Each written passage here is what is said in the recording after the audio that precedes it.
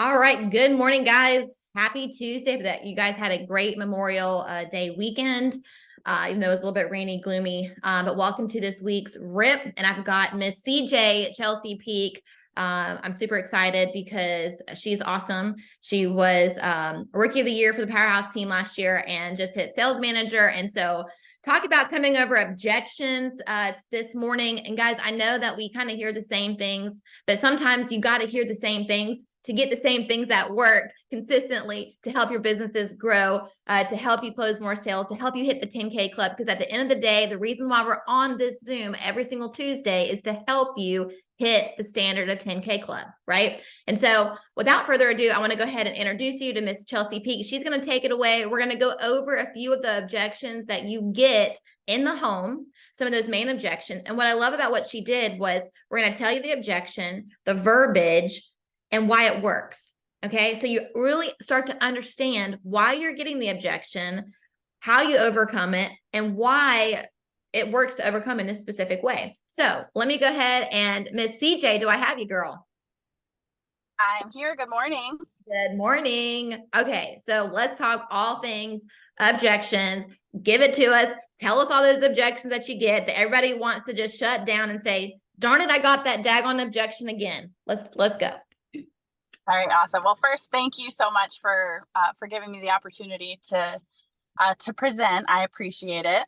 And yeah, I think you're right. We do hear a lot of this stuff pretty frequently, but sometimes hearing it from a different person or hearing it when you're in a different mindset, it kind of, it might hit a little harder and be a little bit more effective. So I just kind of picked four of probably maybe the most common objections that I hear.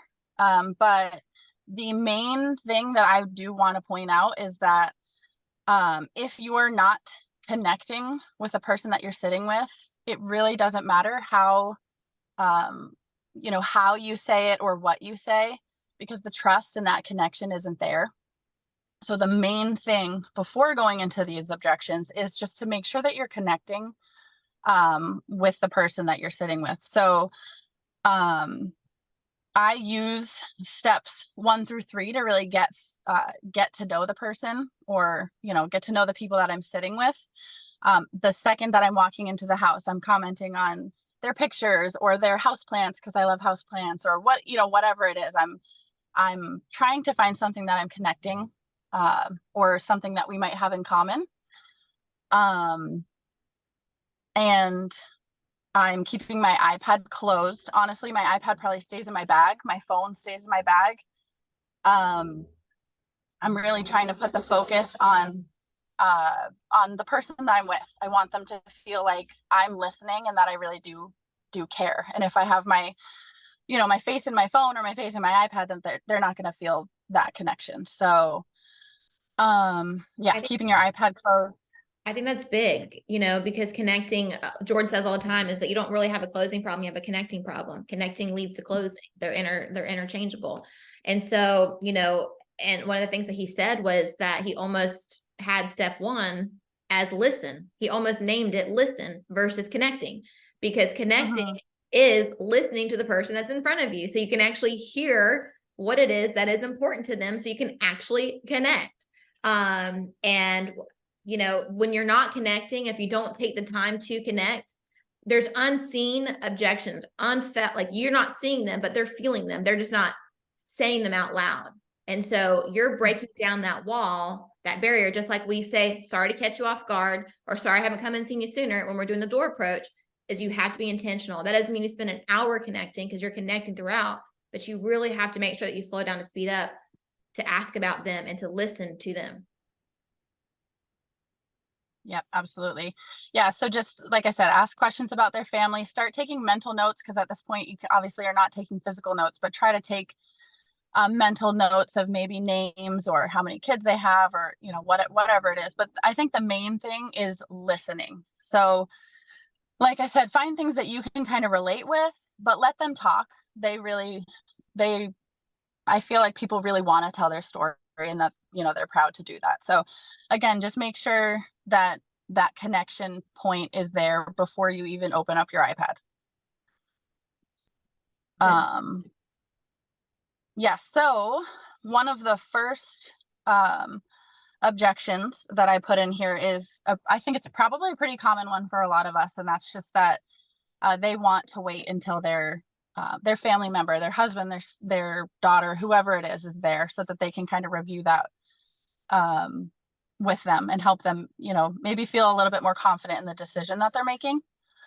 So um, typically, the way that I would overcome it would be something similar to what I have here, and that's just that, saying, I completely understand, Miss Johnson, and I respect and admire that.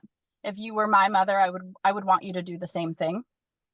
However, it would be much more helpful for your daughter, or at this point, the daughter's name. So it would be much more helpful for Sarah to have something that, has a lot more detail to actually review. So what we're going to do next is just to make sure that you're medically eligible for this company. Otherwise, we won't have anything to provide to Sarah to review. So once we get that pre-approval, we'll get a policy out here, and I'll schedule something for the three of us to review.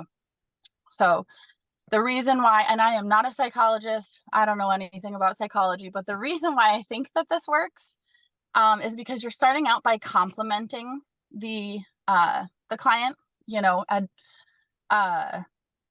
starting out by complimenting and letting them know that you respect their decision and that you understand that decision. So you're kind of acknowledging that, and then you're relating to, like, from the perspective of a loved one, because it's true. If a stranger came into my mom's house, I would want her to touch base with me too. So you're, like I said, relating from the perspective of Sarah. And then tangibility. So you're providing something tangible, something physical for Sarah to actually review.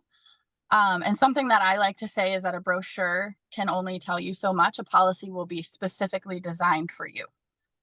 And then say that one more time, because that is so good. So a brochure can only tell you so much. A policy will be specifically designed for you. Boom. Yeah, I really like that one. So, and then also fear. I don't like to say FOMO, but I guess that's what it is. Fear of missing out. You're kind of creating that a little bit of urgency by letting them know that if we don't get this pre-approval in now, it might be the last opportunity for this company. So even if Miss Johnson tells us that, her medical history is perfect, there's still a possibility that we could be missing something, or that she's missing something. So we want to make sure that she knows that getting that approval can sometimes be a difficult process. And we're here now. So we want to try to do that for you, get that started, and create a little bit of urgency. And then support. I think that showing support and reminding Miss Johnson that how important it is that she shares that with her loved ones, and reassure her that you will be there for her and for Sarah to kind of review everything and make sure that it's still a good fit for her. So, I mean, that is so good. Like, literally, here's the objection, and why the way that we have it set up works, and when you go back to that objection of, wanting those kids to be there and to hear that, is that there's some type of uneasiness, right? There's some type of, they're not feeling comfortable yet, right? And so when you compliment and acknowledge, like, you're not condoning the objection, you're not condoning it, but you're acknowledging it, that you understand, you relate back to them, and then you're giving them something tangible to actually review, which should alleviate some of their, issues that they're feeling like they're having about that objection, or about why they're wanting to make the decision. I think it's crucial, so good stuff. Go over that. Just say it one more time, like read it out loud one more time, so people can kind of like hear it and then see like the compliment, acknowledge all of that with it. Reread which one? Sorry. The way that you did the objection, you handled the objection. Oh, okay. Yeah. So I completely understand, Miss Johnson, and I really respect and admire the fact that, sorry, let me start over. I completely understand, Miss Johnson, and I really respect and admire that. If you were my mother, I would want you to do the same thing. So however, it would be much more helpful for Sarah to have something physical in hand to be able to review something with a little bit more detail. So what we're going to do next is we're going to make sure that you're even medically eligible for this company, because otherwise we have to be having a completely different conversation. So once we get that pre-approval, we'll get a policy out to you, and we'll schedule a time for me to come back and review it with you and Sarah. Beautiful. All right. Next one.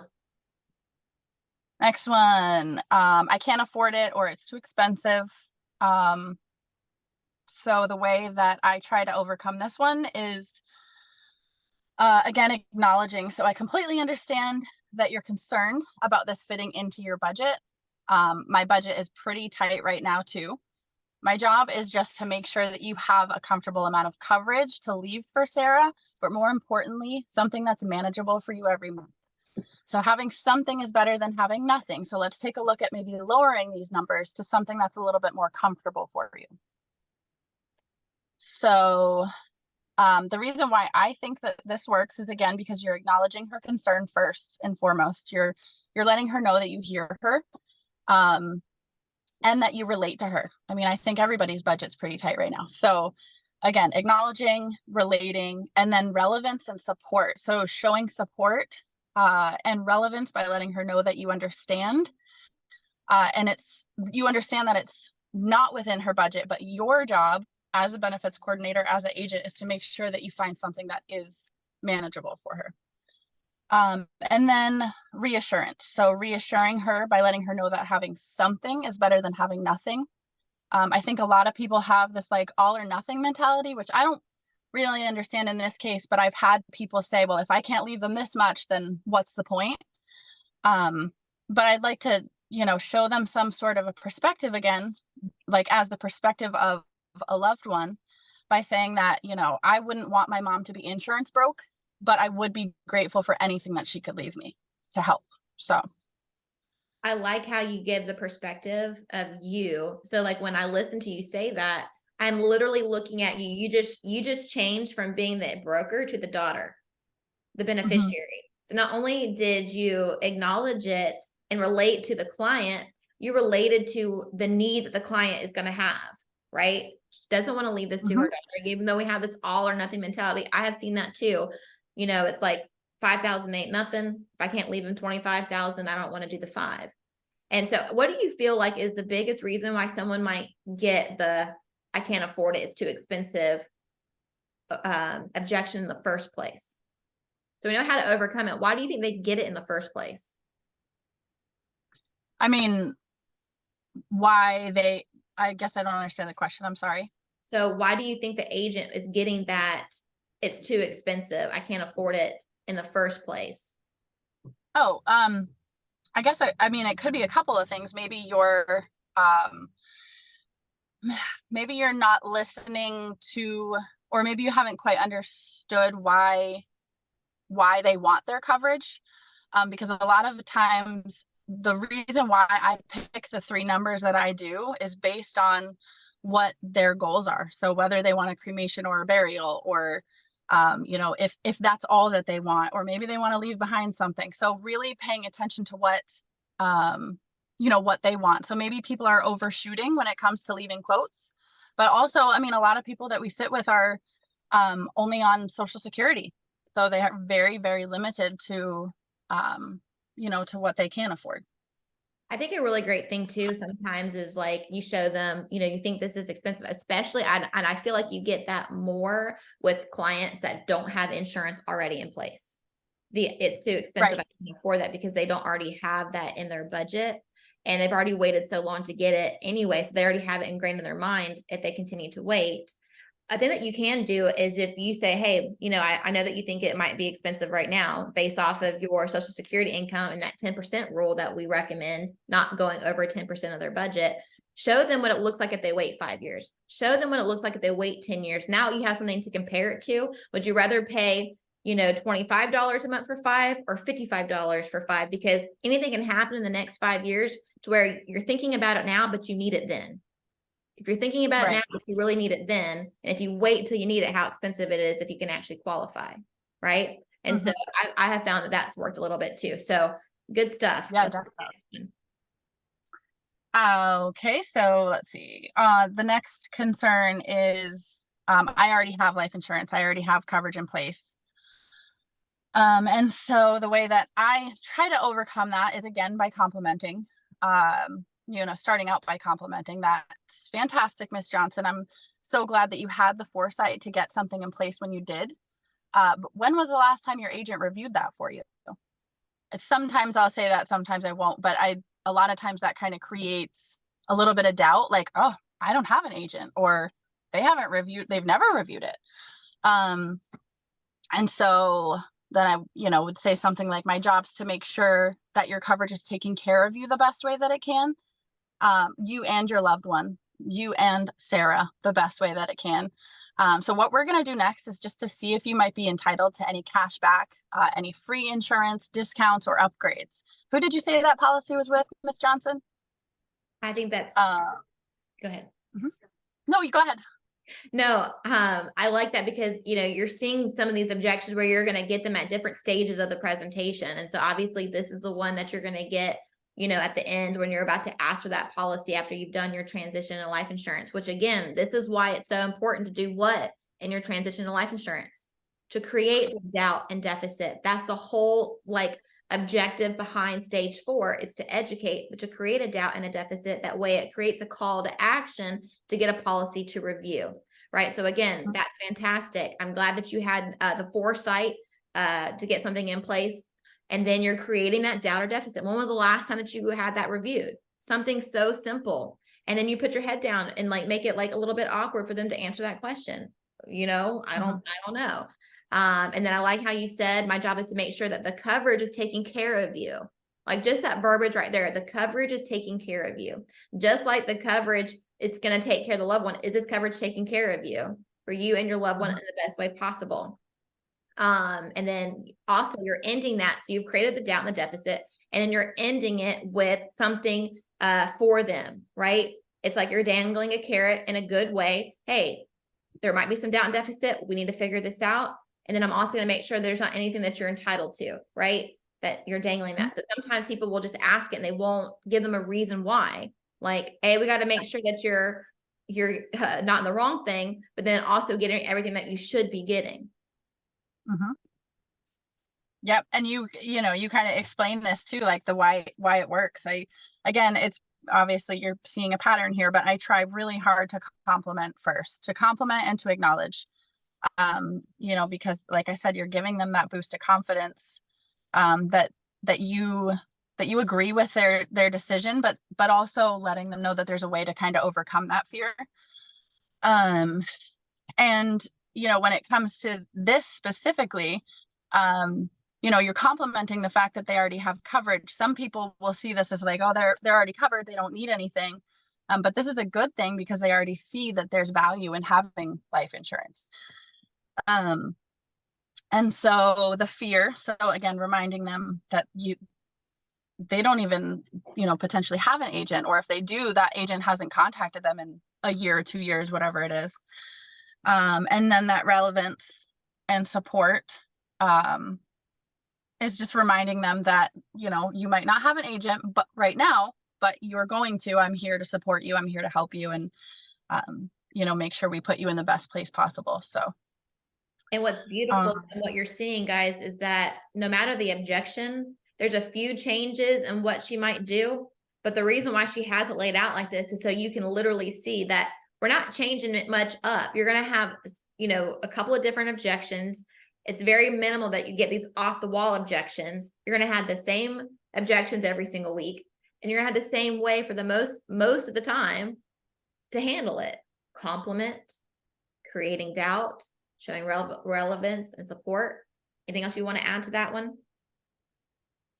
No, not on that one, I don't think. Okay. Let's see. Okay, the other one. I personally think, so this one is, I'm not comfortable giving that information out.